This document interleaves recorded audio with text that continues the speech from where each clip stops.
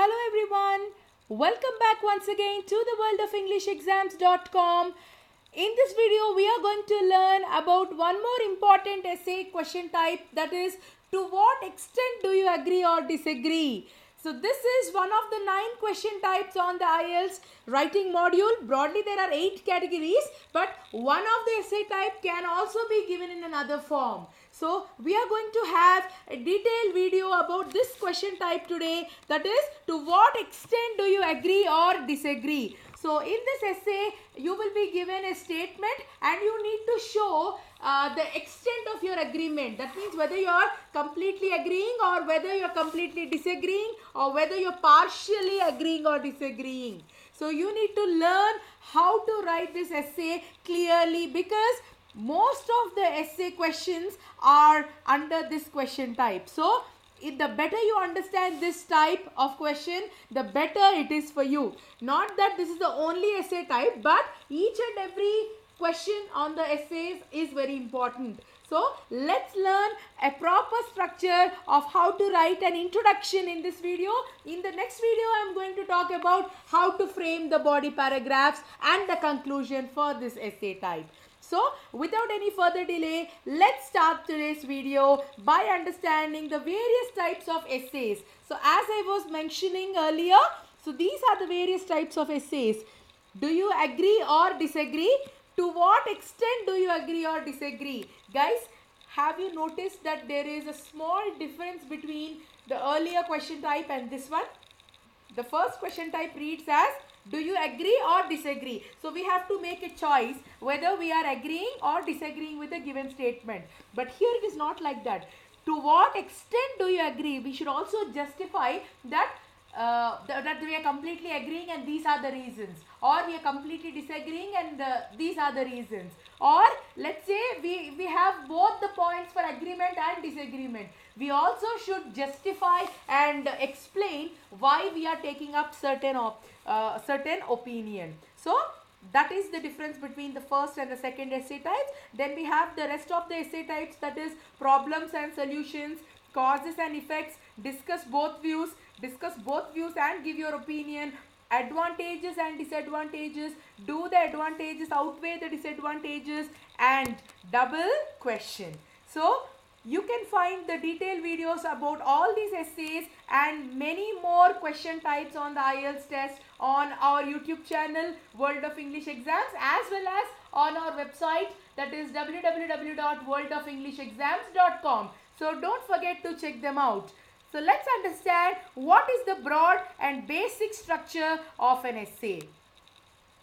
So this pictograph clearly demonstrates that an essay has 3 parts to it. There are 3 different paragraphs which you have to write. The first one is known as the introduction. The second part of the essay is the body paragraphs. So you can either write 2 body paragraphs or 3 body paragraphs, depending on how many thoughts you have and how well you are structuring them. But do not exceed this limit, as your essay would look over length, or maybe you would be dividing the essay into too many paragraphs. Both of them are not a suggested practice. So limit the number of body paragraphs to 2 or 3. Finally, the last paragraph of an essay is known as the conclusion. So this is how you have to structure it: introduction, body paragraphs, and conclusion. So in this video, we are going to learn how to write the introduction, and not just the structure, guys. I am also going to show you with an example question of how you can frame a good introduction. So do check out the entire video and stay tuned till the end. Okay, so basically, how do we write an introduction? The introduction is the first impression that you are registering in the mind of the examiner. So the first impression should be the best impression, isn't it? So we want to give such a view, such a clear and precise view that the other person is able to understand what exactly we intend to convey through the essay. So as a part of that effort, the introduction should contain 3 sentences basically. The third sentence is not compulsory. It's just your expression of the concept in a better way, but it is not required. So the first sentence or the first statement in the introduction is known as paraphrase. So paraphrasing is an essential skill in the IELTS test, not just in the writing but also for the reading, listening and the speaking modules.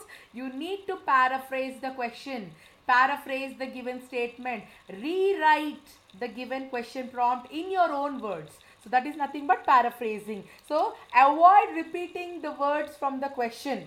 Always try to generate curiosity and interest while writing the essay, so that the other person is definitely going to be reading the entire essay.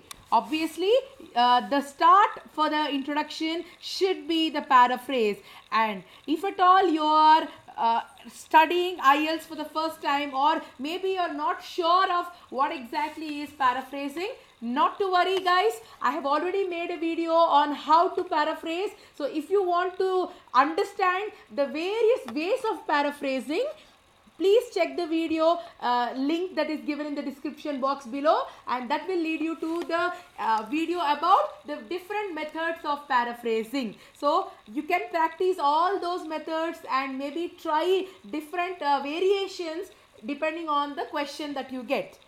So this is the first statement, the paraphrase of the question, and the second statement is called the thesis statement. The thesis statement is a broad and general idea of what you are talking about. So if you want to convey that you are going to discuss the problems and offer some solutions, let's say, or maybe in this essay type you are going to tell your opinion whether you are agreeing or disagreeing and to what extent. So that information should be given in the thesis statement. Mind you guys, you should not elaborate the points. Elaboration with examples should be confined to the body paragraphs. In the thesis statement, however, we are just introducing the general idea. So it should be like a summary of what you want to say. Finally, the general overview statement, which is also called the general outline statement. Now this is a clear-cut demarcation and it leads to the next paragraph. So this is very important if you wish to extend the word count, because we need to write a minimum of 250 words in the essay. So for that reason, we may want to add one more statement.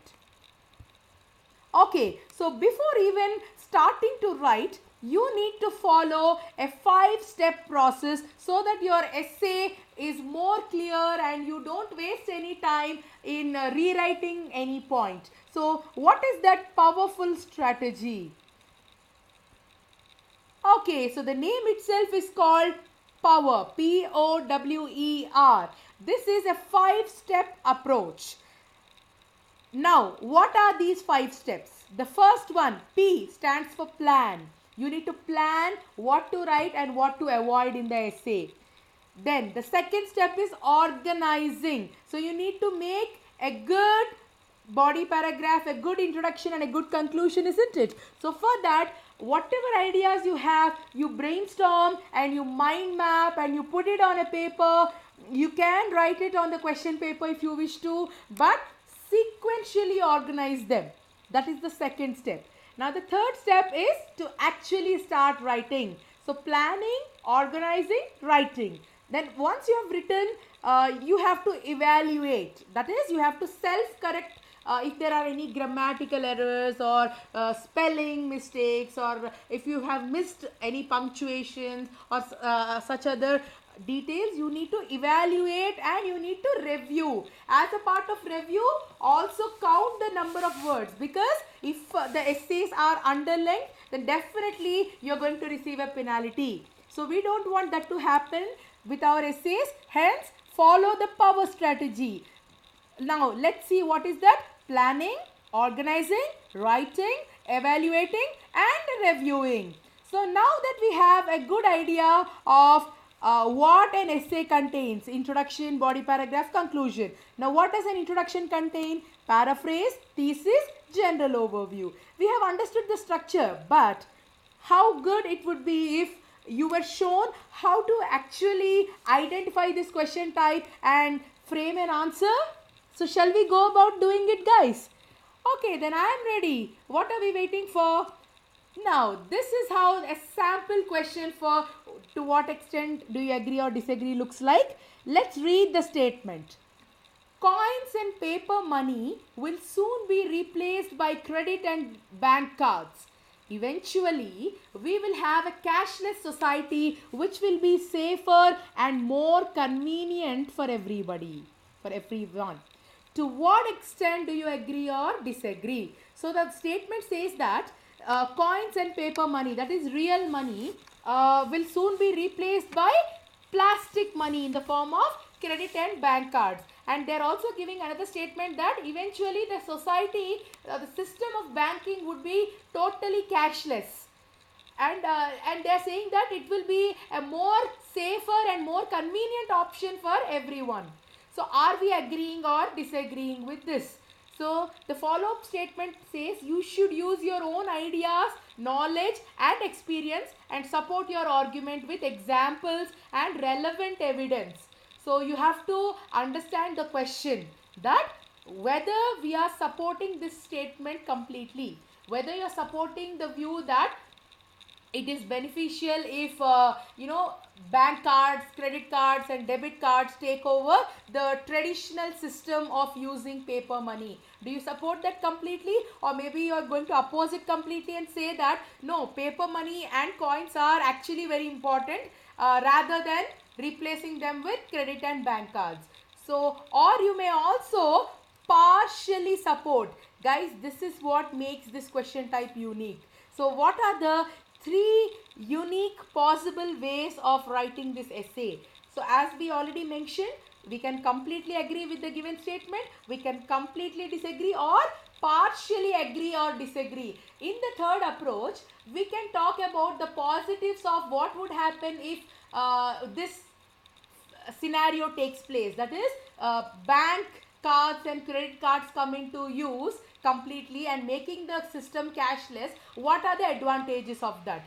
So then in the partially disagree, you tell that no, of course there are certain advantages for replacement of coins and money, but definitely those traditional forms of banking also have certain advantages, and that's why I'm not in complete favor of this argument.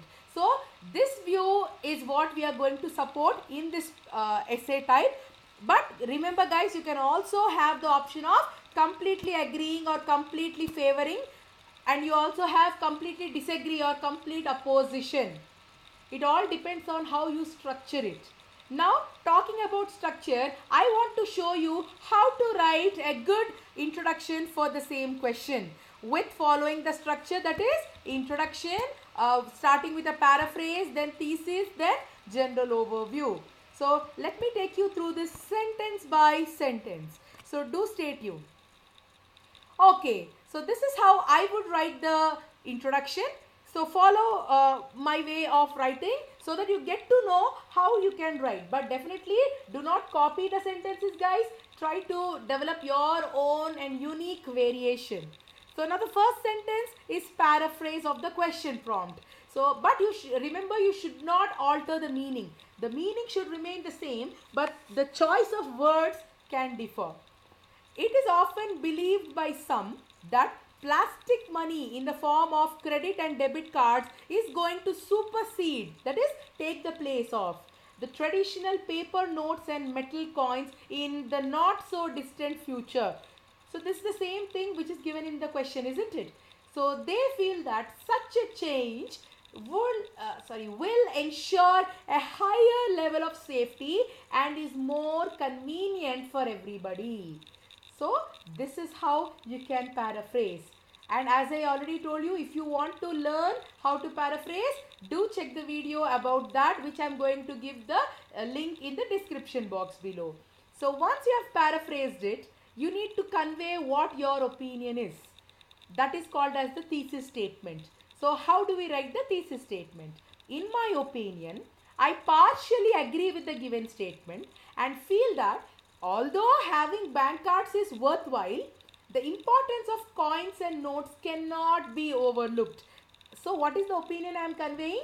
Yes, I am going to discuss about the positives of replacing the money with plastic money, and also I am going to discuss the significance of retaining the old way of using notes and coins.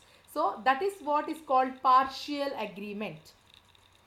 And what is the general overview statement? I will postulate both these points with relevant examples in this essay. So I am telling the reader that yes, definitely it's a welcome change, but I am not in complete favor of that. I also feel that metal coins and paper currency should be retained, and some part of the banking system may convert, and it may be favorable to use bank cards as well. I'm not no, I'm not opposing any of these views. I'm supporting both these views. That is called partial agreement. Now guys, you should not write the introduction in the form of sentences. It should look like a paragraph like this. Let's read it. It is often believed by some that plastic money in the form of credit and debit cards is going to supersede the traditional paper notes and metal coins in the not so distant future. They feel that such a change will ensure a higher level of safety and is more convenient for everybody. In my opinion, I partially agree with the given statement that although having bank cards is worthwhile, the importance of coins and notes cannot be overlooked. I will postulate both these points with relevant examples in this essay. So this is how you write the introduction, guys. Now, why don't you try writing the introduction by yourself? If at all you are ready, I am ready to set a time limit. So you have to take, let's say, 3 minutes or 4 minutes to write the introduction, and not more than that. So if at all you are ready with a pencil and a paper, let's start writing, and I will see your comments. So please do leave us a comment in the comment section below if you wish to make better use of this video and maybe show your creativity to me. And your 4-minute time to write the introduction starts now. And this is the question.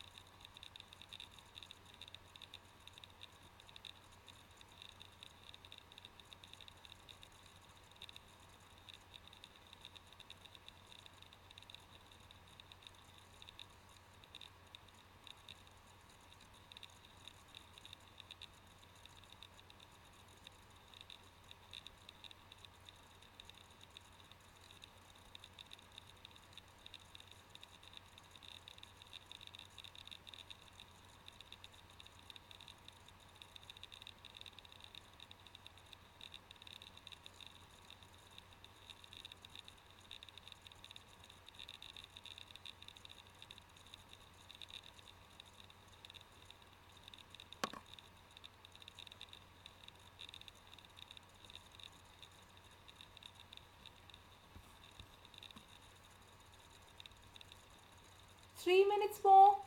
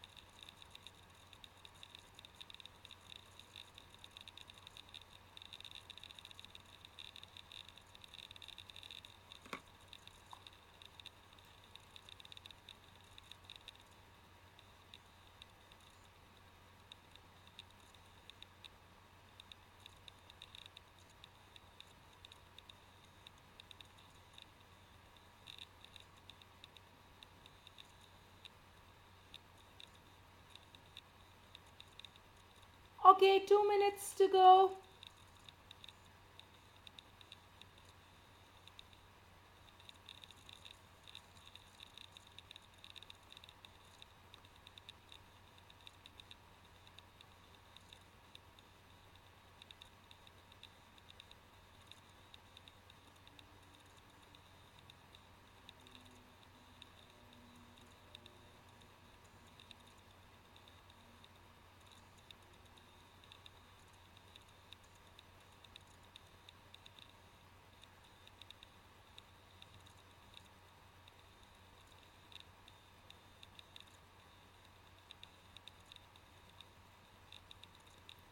1 minute.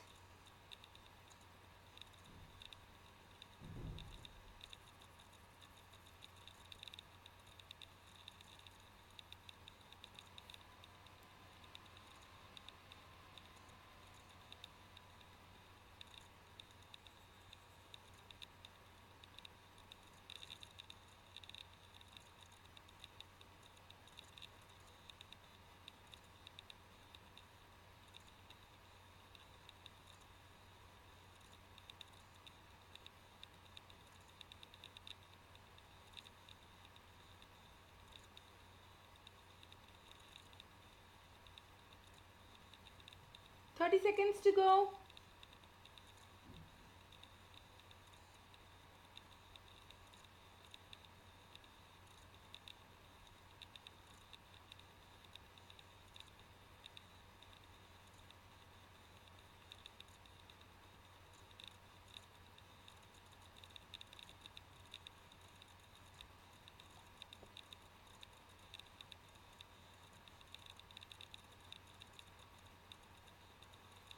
Fine. So that is how you write the introduction, guys. I hope you might have understood how to write the introduction for this essay type. To what extent do you agree or disagree? If you found that the video is helpful, so do share it with all your friends, like the video, and don't forget to subscribe to the World of English Exams. So till I see you with the next video, in which I am going to tell you the body, paragraphs and the conclusion statement. Happy preparation, guys, and I hope you like this video completely. Thank you so much.